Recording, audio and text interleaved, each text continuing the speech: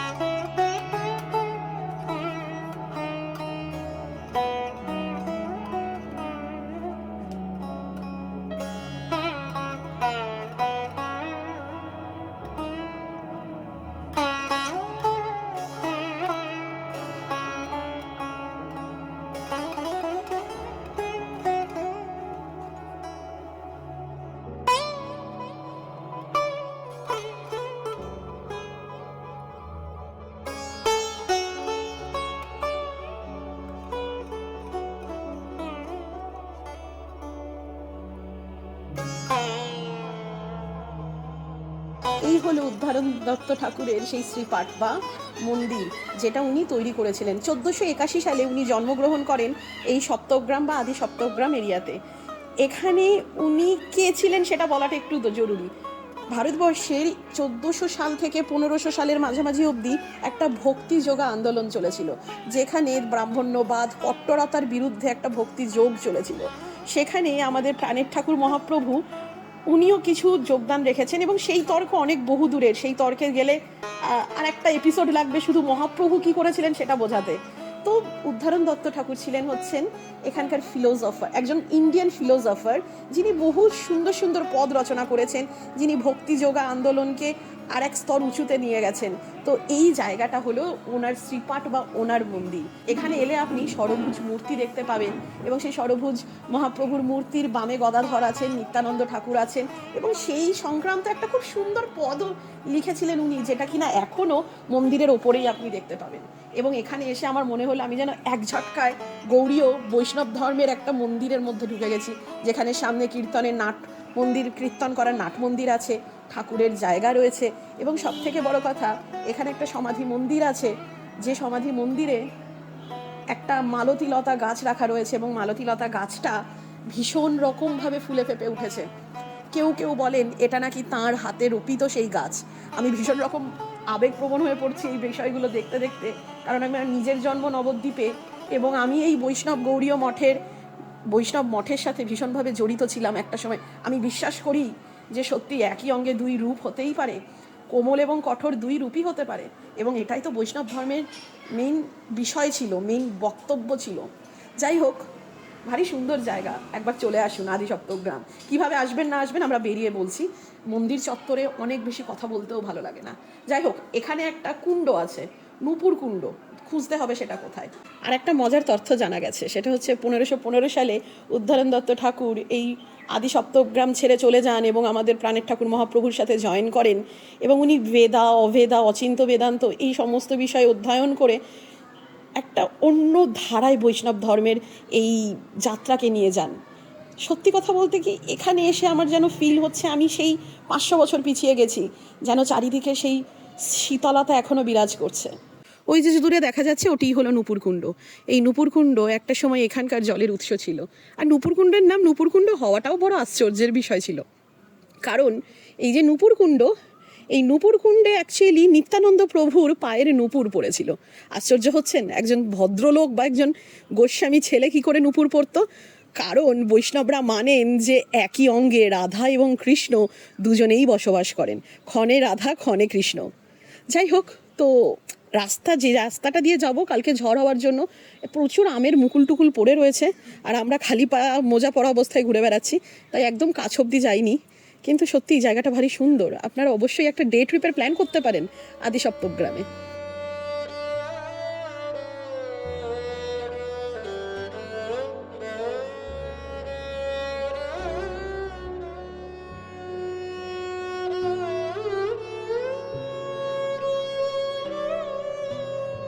এই হলো সেবাকুঞ্জ, কিন্তু আমার সাথে আমার ঠাকুরের সমস্যাটা এখনো চলমান। মানে আমি যখনই যাই ঠাকুর বন্ধ করে বসে থাকেন, মুখ ফিরিয়ে বসে থাকেন। তো এখনো যথারীতি ঠাকুর মুখ ফিরিয়ে বসে আছেন।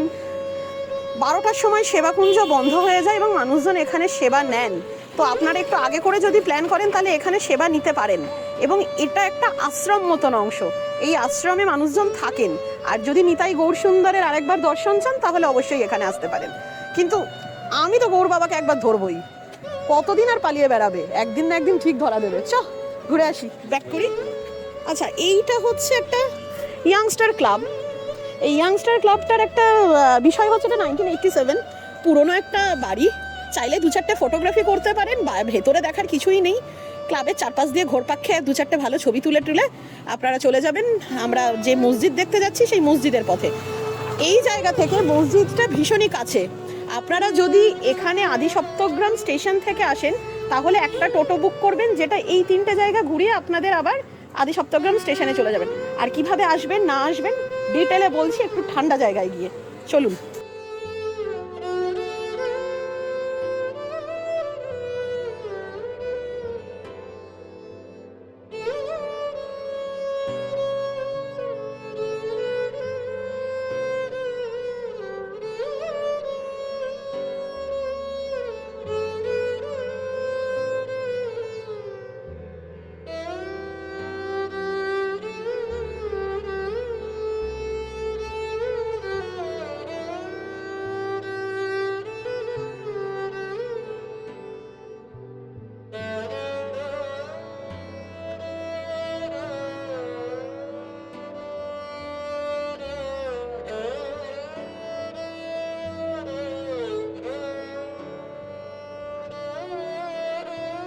কি সুন্দর এই মাজারটা, মসজিদটা অদ্ভুত।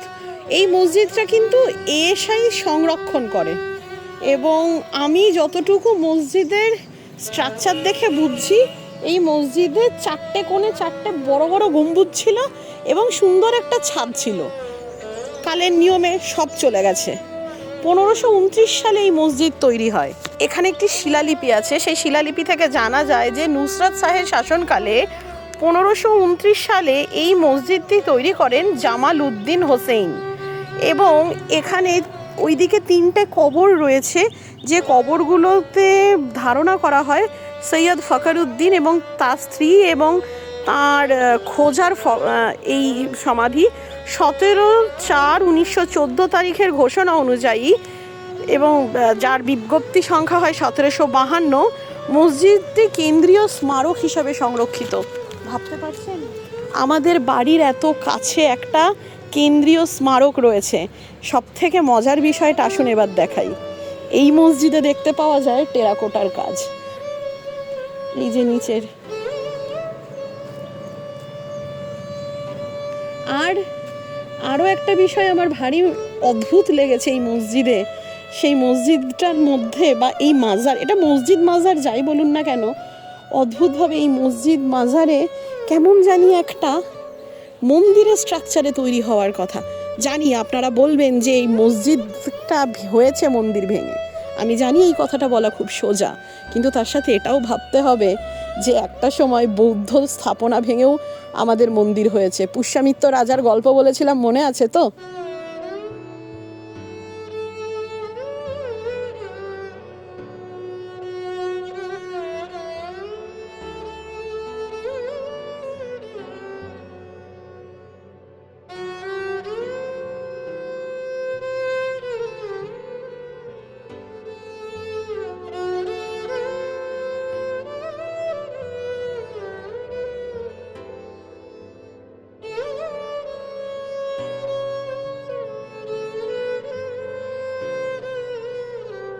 যদিও এই মসজিদের যে স্ট্রাকচার তাতে প্রচুর রকমের টেরাকোটার নিদর্শন দেখতে পাওয়া যায়, তা সত্ত্বেও একটা জিনিস আমাকে ভারী অবাক করছে, সেটা হচ্ছে এই যে স্থাপনাটা, যেটা কিনা সাধারণত নামাজ পড়ার কাজে ব্যবহৃত হয়, সেটা কিন্তু পশ্চিমমুখী এবং সেই স্থাপনার মধ্যেও প্রচুর টেরাকোটার নকশা।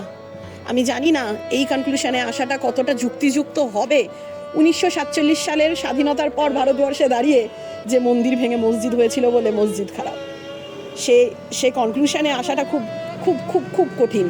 আর এই মসজিদে আরও দুটো আমি গম্বুজ আকৃতির জিনিস দেখতে পেয়েছি, যেগুলো জানি না, এগুলো মানে আমার মনে হয়েছে এগুলো হয়তো ছাদটাকে ধরে রাখার কোনো পিলার ছিল, কিন্তু এখন দেখছি সেখানে অনেক ফুল টুল দিয়ে মানুষজন পুজো করে গেছে। একটাই মাত্র দরজা অবশিষ্ট রয়েছে।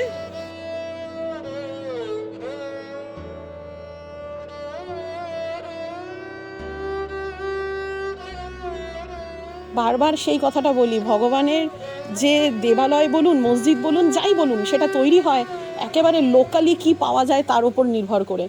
বাংলায় তো পাথর পাওয়া সম্ভব নয়, পাথর পাওয়াও যেত না, সেই জন্যই টেরাকোটাকে ব্যবহার করা হয়েছিল পাথরে নকশা করার পরিবর্তে। কিন্তু ওই আর কি, সংস্কারের গুতোয় আর অনেক কিছু উড়ে যায়। আসুন আরবি লেখাতে দাঁড়িয়ে মানে একটা আরবি লেখার শিলালিপি দেখি।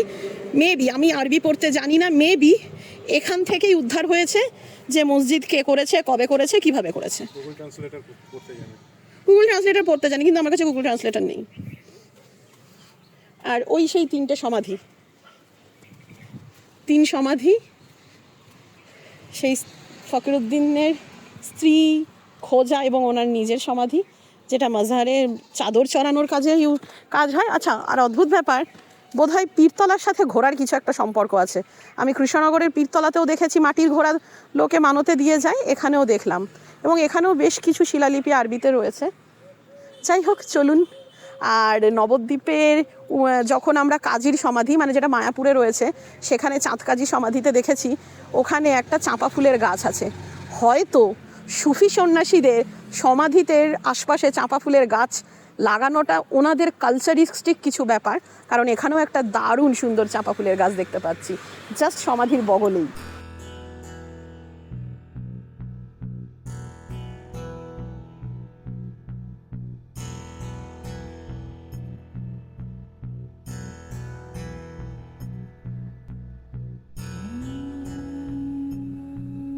কলকাতা থেকে একদিনের ট্রিপ করতে যদি চান যে একদম বাড়ির কাছাকাছি একদিনের একটা ছোট্ট ট্রিপ করে চলে যাব, তাহলে মধ্যযুগের বন্দর নগরী আদি সপ্তগ্রাম আসতেই পারেন। এই আদি সপ্তগ্রাম একটা সময় ছিল ভীষণ প্রভাবশালী একটা বন্দর নগরী। কত বড় বড় বাণিজ্যিক তরী যে এই সরস্বতী নদীর তীরে এসে থামতো, আর কত যে তার লেনদেন ছিল, তার হিসেব আজকের যুগে দাঁড়িয়ে আমরা করতেই পারবো না। সব থেকে বড় কথা হচ্ছে আদি সপ্তগ্রাম এই অঞ্চলটা ছিল 7টা গ্রাম নিয়ে। আমাকেও দেখে দেখে বলতে হবে, কারণ পুরনো গ্রামের নামগুলো একটু অন্যরকম। বাঁশবেড়িয়া, কৃষ্ণপুর, বাসুদেবপুর, নিত্যানন্দপুর, শিবপুর, শাম্পচোরা ও বলদঘাটি, এই 7টা গ্রাম নিয়ে সপ্তগ্রাম তৈরি হয়েছিল, যার মধ্যে বাঁশবেড়িয়া, শিবপুর বা বাসুদেবপুর এখনও কিছু কিছু জায়গায় শোনা যায়, বাকিগুলো আমি খুব একটা শুনতে পাই না। আর এই অঞ্চলটা অ্যাকচুয়ালি সরস্বতী নদী বলে যে নদীটার পাড়ে ছিল, সেই নদীর নাব্যতা কম থাকায় এই অঞ্চলটা তার গুরুত্ব হারায়। কিন্তু তা সত্ত্বেও তার পুরনো যথেষ্ট নির্যাস এখনও রয়ে গেছে, অনেক সুন্দর সুন্দর জায়গা রয়ে গেছে, এবং এই প্রাচীন নগরীর আনাচে কানাচে সেই মধ্যযুগীয় বিভিন্ন স্থাপত্য রয়ে গেছে। যেমন আমরা মসজিদ দেখেছি, যেমন আমরা উদ্ধারণ দত্ত ঠাকুরের শ্রীপাঠ দেখলাম, এইরকম বিভিন্ন রয়ে গেছে। এবার আমরা যেটা করব সেটা হচ্ছে, এখান থেকে খুব কাছেই রয়েছে শরৎচন্দ্র চট্টোপাধ্যায়ের জন্মভূমি। আমরা সেই শরৎচন্দ্র চট্টোপাধ্যায়ের জন্মভূমিতে যাব এবং ওই জায়গাটা দেখে আমাদের এই জার্নি শেষ করব। আপনারা যদি আদি সপ্তগ্রাম প্ল্যান করেন, তাহলে যে কোনো ট্রেনে আদি সপ্তগ্রাম স্টেশনে এসে নামুন, ব্যান্ডেলের পরে স্টেশন, সেখানে থেকে আপনারা টোটো বুক করে নিন এই 3-4টে জায়গা, এবং আপনাদের দেবানন্দপুর দেখে আপনারা ব্যান্ডেল হয়ে ফেরত চলে যেতে পারবেন। আমরা এখন চললাম দেবানন্দপুর দেখতে।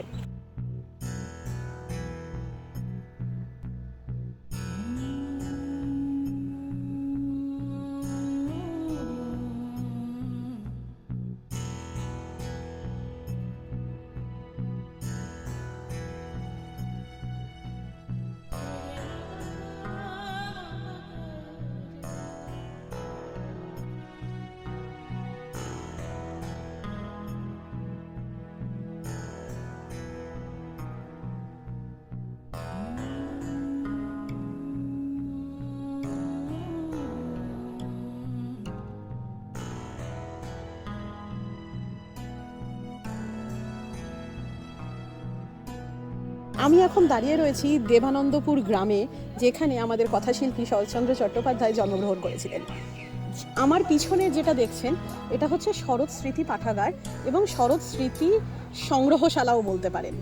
শরৎচন্দ্র চট্টোপাধ্যায় কে ছিলেন, কি করেছিলেন, কি বৃত্তান্ত, আমাকে যদি এখন সে কথা বলতে হয় বাঙালি হিসেবে ভারী লজ্জার হবে সে জিনিস। সুতরাং আমি আশা করব আপনারা সবাই জানেন কে ছিলেন শরৎচন্দ্র চট্টোপাধ্যায়। সেই মির্জা গালিবের একটা কথা আছে না, আরে কই বাতাও ইয়ারো কন হ্যাঁ মির্জা গালিব, ঠিক তেমনই কেউ তো ভাবো কে ছিলেন শরৎচন্দ্র। যাই হোক, তো এই দেবানন্দপুর গ্রামটা অ্যাকচুয়ালি এই আদি সপ্তগ্রামের ভীষণ কাছাকাছি একটা জায়গা। তাই যখন ওয়ান ডে ট্রিপ প্ল্যান করবেন অবশ্যই এটাকে নিজেদের একটা ভালো জায়গা হিসাবে রাখবেন। এ গ্রামে বহু কিছু দেখার আছে। এ গ্রামে শরৎচন্দ্র চট্টোপাধ্যায়ের সেই সরস্বতী নদী থেকে শুরু করে প্যারী পণ্ডিতের পাঠশালা থেকে শুরু করে যা যা কিছু আপনি শ্রীকান্তের প্রথম পর্বে পড়েছেন প্রায় সব কিছু দেখার আছে এখানে। চলুন আমরা এক এক করে দেখব। এই সংগ্রহশালার ভেতরে ওনার জীবনের বিভিন্ন দিক, বিভিন্ন জিনিস বিভিন্নভাবে সংগ্রহ করে রাখা রয়েছে। আসুন দেখে যান। ভেতরে ছবি তোলা, ভিডিও তোলা ভীষণভাবে নিষিদ্ধ, তাই আমরাও তুলিনি। তো এর ঠিক কাছেই ওনার জন্ম ভিটেটা রয়েছে, সেটা দেখব। প্যারী পণ্ডিতের পাঠশালা দেখব আর খুঁজে বেড়াবো আরও বেশ কিছু জায়গা। কিন্তু এখানে আরেকটা ইম্পর্টেন্ট জিনিস বলার, দেবানন্দপুর গ্রামের নাম দেবানন্দপুর কে রেখেছিল জানেন? ভরতচন্দ্র রায়গুণাকার, যিনি মধ্যযুগের একজন বিখ্যাত শিল্পী, যার লেখা অন্নদামঙ্গল রায় ভীষণভাবে বিখ্যাত। এবং এই ভরতচন্দ্র রায়গুণাকারের সাথে আবার আমার কৃষ্ণনগরের সম্পর্ক রয়েছে। কৃষ্ণনগরের রাজা কৃষ্ণচন্দ্র রায়ের সভাকবি ছিলেন ভরতচন্দ্র রায়গুণাকার। ওনার পৃষ্ঠপোষকতায় উনি লিখেছিলেন এই অন্নদামঙ্গল কাব্য। চেষ্টা করব ভরতচন্দ্র রায়ের ওই বাড়িটা দেখার যেখানে ওনার এই ফলকগুলো রয়েছে। আমি জানি না খুঁজে পাবো কিনা, কারণ যেহেতু মধ্যযুগের এই সমস্ত জিনিসগুলো বিভিন্ন ছড়ানো ছিটানোভাবে রয়েছে না, সব জিনিস খুঁজে পাওয়াটাও একটা ভীষণ চ্যালেঞ্জিং। আজকে খুঁজবো, না পেলে আবার আসবো, আবার খুঁজবো, তবে এ খোঁজ আমাদের থামবে না।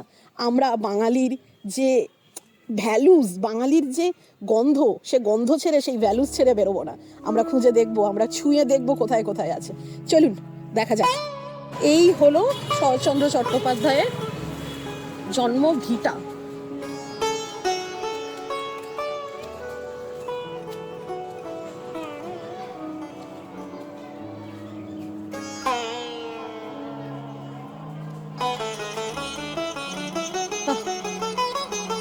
ঘরটা বন্ধ।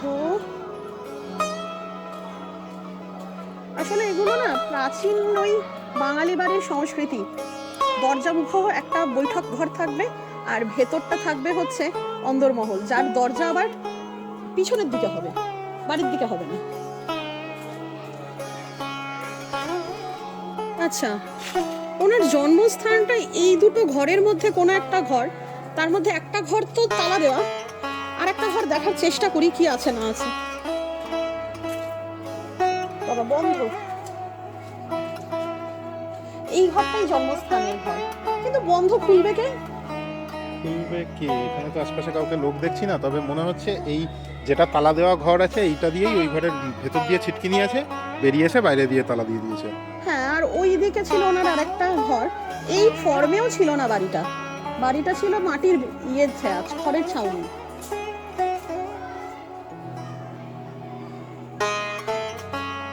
কিন্তু আমি এখান দিয়ে দেখে ফেলেছি ভাষার সমুদ্রের এক নাবিক, তার আতুর ঘর দেখা কি অত সোজা?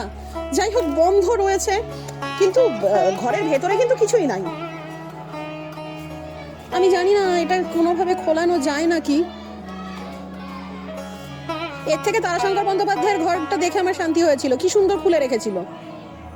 আপনারা যারা সেই ভিডিও দেখেননি দেখে নেবেন, দিয়ে দেবো নাকি ইনবক্সে, এই সরি ডেসক্রিপশনে। এইটার ভেতরে কি আছে কৌশিক? দেখ তো দেখি উঠে।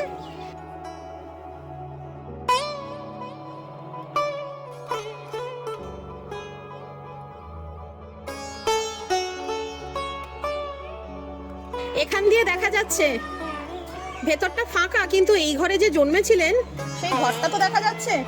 আবার বাইরেটায় একটা দালান আছে ছোট্ট।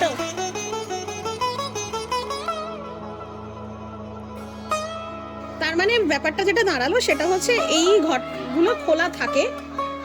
একটু সকাল করে আসুন, তাহলে দেখতে পাবেন।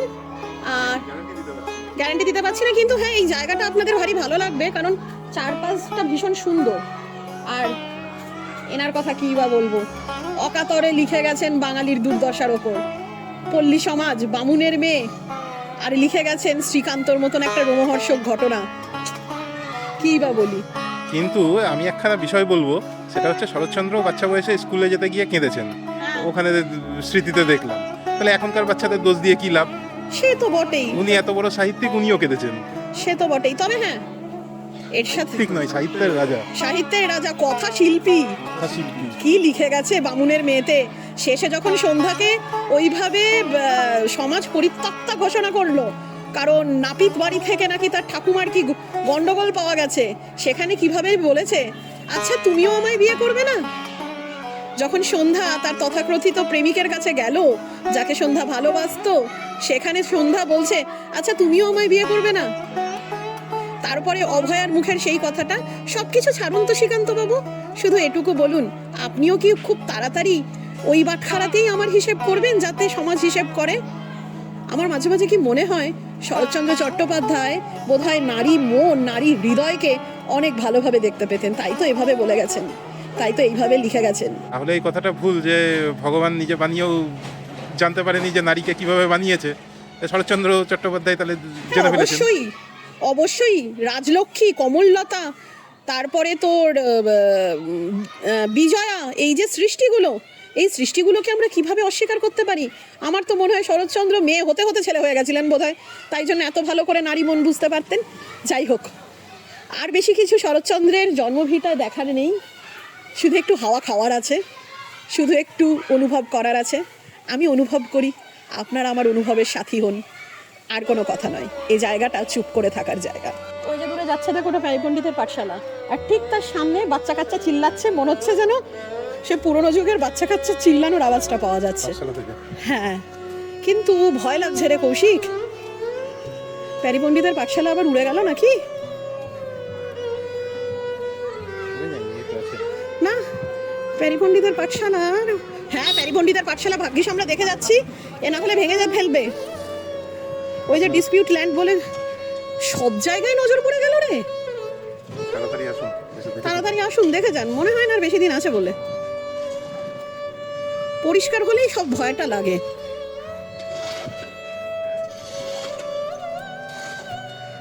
এই সেই প্যারি পণ্ডিতের পাঠশালা, যেখানে 5 বছর বয়সে শরৎচন্দ্রের ঠাকুমা হাত ধরে নিয়ে এসে ভর্তি করে দিয়েছিলেন, এবং উনি প্রচণ্ড কেঁদেছিলেন পড়বো না বলে। পুরনো স্থাপত্য যখন পরিষ্কার হয় না, তখন না আমার খুব ভয় লাগে, মনে হয় যে এই বোধহয় গেল, এই বোধহয় গেল, আবার এই পুরনো স্থাপত্য পরিষ্কার, কে জানে আবার থাকবে কিনা, না চলে যাবে। আর এই জায়গাতেই রাজলক্ষ্মী, শরৎচন্দ্র চট্টোপাধ্যায়, ওনার ছোটবেলার বন্ধু প্রিয়লাল, এনারা দৌড়ে বেরিয়েছেন, এখানে পড়াশোনা করেছেন। ভাবলেই না কেমন একটা গা শিউরে উঠছে। আমি জানি না এই জায়গা থাকবে কিনা, আমি জানি না এই জায়গা সত্যি সংরক্ষণ হবে কিনা। কোনো জায়গা পরিষ্কার হলে, পুরোনো জায়গা পরিষ্কার যখন করা হয়, আমার খুব ভয় লাগে, আমার মনে হয় আর বোধহয় থাকবে না। তবুও যদি থাকে, যদি ভালো থাকে, দেখে যান, যদি উড়ে যায় তার আগে এসে দেখে যান, পারলে ভিডিওটা যেদিন আপনি দেখছেন তার পরের দিন এসে দেখে যান, কে জানে থাকবে কিনা। পাঠশালায় পুরনো কুলঙ্গি, পাঠশালার পুরনো সেই দেওয়াল আলমারি, আর তার সাথে পুরনো আমলের সেই সমস্ত নকশাগুলো। সে তো হবেই, কারণ পাঠশালা বলতে তখনকার তো পণ্ডিতদের বাড়িই হতো, এটা বাড়ির বাইরের দাওয়ায় পাঠশালা হতো, এটা বাইরের ঘর ছিল। আর এর ভেতরে ভেতরে ভেতরে ভেতরে প্রচুর ঘর ছিল, যেগুলোকে ভেঙে পরিষ্কার হয়ে গেছে। আর যে কারণে আমি বলছি প্যারি পণ্ডিতের পাঠশালা হয়তো অবলুপ্তির পথে, হয়তো না, আমি শিওরিটি দিয়ে বলছি না, তার কারণ কেউ এসে যদি তারপরে বলেন যেই তা আপনারা বলেছিলেন অবলুপ্তি হয়ে যাবে 2 বছর পরেও আছে, হয়তো মডিফিকেশন হয়ে গেছে, হয়তো মডিফিকেশন হয়ে গেছে, না জেনে বলছি, কিন্তু ভয় লাগে। নতুন করে যখন পুরনো জিনিসকে ভাঙাচোরা করে পরিষ্কার করা হয়, তখন ভীষণ ভয় লাগে, কারণ আমরা বাঙালিরা আত্মবিস্মৃত জাতি, আর কতবার ভাই সে কথা বলবো।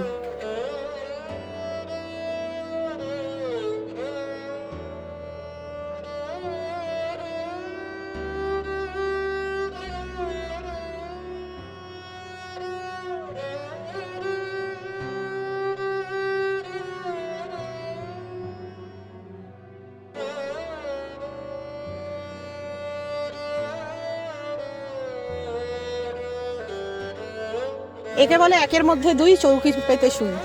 আমরা এসেছিলাম শুধু শরৎচন্দ্র চট্টোপাধ্যায়ের জন্মভূমি আর তার স্মৃতি বিজড়িত স্থানগুলো দেখতে। এসে দেখলাম এখানে কবি গুণাকর ভরতচন্দ্র রায় যে ভবনে পার্সি ভাষা অধ্যয়ন করেছিলেন তার একটা ফলক রয়েছে। আমি জানি না এই ভবনটা সেই ভবন নাকি, বা সেটা রেনোভেট হয়ে এটা হয়েছে নাকি, কিন্তু পথে ঘাটে চোখ ফিরে তাকালে অনেক কিছু দেখতে পাওয়া যায়, যেমন তেমন এটাও দেখতে পেলাম। এই হলো সেই ভরতচন্দ্র রায় গুণাকরের স্মৃতি বিজড়িত স্তম্ভ বা সৌধ, যেটা কিনা 1134 সালে উনি প্রথম বাংলা কবিতা রচনা করেন এখানে। এবং নিচটাতে ওনার সেই একটা কবিতা 4 লাইন রয়েছে, দেবের আনন্দধাম দেবানন্দপুর গ্রাম, তাহে অধিকারী রাম রামচন্দ্র মুন্সী, ভারতে নরেন্দ্র রায় দেশে যার যশ পায়, হয়ে মোরে কৃপাদায় পড়াইলো পার্সি। কে ওনাকে পার্সি ভাষা পড়িয়েছিলেন সেটা এখানে সুন্দর করে লেখা রয়েছে। এই জায়গাটাতে এসে আমার কি মনে হলো যে একের মাঝে দুই, চৌকি পেতে শুই। ভাবতেও পারিনি যে ভরতচন্দ্র রায়গুণাকর যে পার্সি ভাষার শিক্ষা নিয়েছিলেন এবং যিনি আমাদের কৃষ্ণ নাগরিকদের মনের মধ্যে এইভাবে ঢুকে রয়েছেন, তার একটা স্মৃতিসৌধ আমি এই জায়গায় এসে পাবো, যিনি কিনা আবার এই দেবানন্দপুর গ্রামের নামও রেখেছিলেন। যাই হোক, এই অঞ্চলটা একটা মন্দিরের মতন অঞ্চল। এখানে 1634 সাল থেকে যে ধরনের মন্দিরগুলো প্রতিষ্ঠা পেয়েছিল সেগুলো সবই রয়েছে। আপনারা আসুন, কিন্তু পুরনো মন্দির দেখবেন আশা করে আসবেন না, কারণ সবই সংস্কারের গুঁতোয় নতুন হয়ে গেছে। দু একটা পুরনো মন্দির আছে আমার বাঁদিকে, সেগুলো দেখতে পাচ্ছি। চলুন ওইটুকু দেখে আমরা আজকে ফেরার পথ ধরবো, কারণ আর বেশি কিছু এখানে দেখারও নাই, বোঝারও নাই। তবে হ্যাঁ, অনুভব করার আছে যে সেই পুরনো যুগে যখন কোনো একজন বণিক আসতেন, তিনি হয়তো এরকমই কোনো একটা মন্দিরে পুজো দিতেন এবং তার সপ্তডিঙা নিয়ে এই আদি সপ্তগ্রাম বন্দর থেকে চলে যেতেন। ভাবতে ভালো লাগে, আমাদের কত রিচ সভ্যতা, আমাদের কত রিচ ইতিহাস। এত ঘন ইতিহাসকে ছেড়ে দিয়ে আমরা কিসের পিছনে ছুটি? আচ্ছা, এই ভাঙা মন্দিরগুলোর ভেতরে কিন্তু ভাঙা শিব ঠাকুর এখনো আছে, এবং সেই শিব ঠাকুরের মাথায় দু একজন কেউ ফুলও চড়িয়ে গেছে।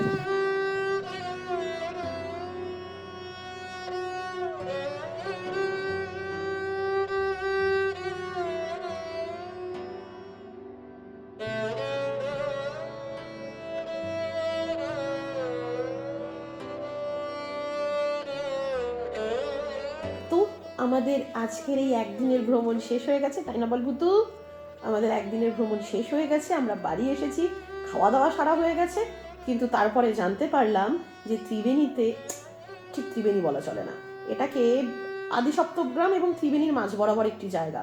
এখানে আমরা আরও দুটো জিনিস দেখতে পারতাম, বণিক শ্রেষ্ঠের বাড়ি এবং গোস্বামী বাড়ি, আর তার সাথে দেখতে পারতাম নেতিধোপানির ঘাট, যেখানে নাকি বেহুলা নেতিধোপানির সাথে প্রথম দেখা করেছিল। যাই হোক, এইসব তর্ক বিতর্ক এই সমস্ত কিছু চলতেই থাকবে, যে কোনটা আসল নেতিধোপানির ঘাট কোনটা নয়। সুন্দরবনে নাকি একটা নেতিধোপানির ঘাট আছে। যাই হোক, এইসব তর্ক বিতর্ক চলতেই থাকবে।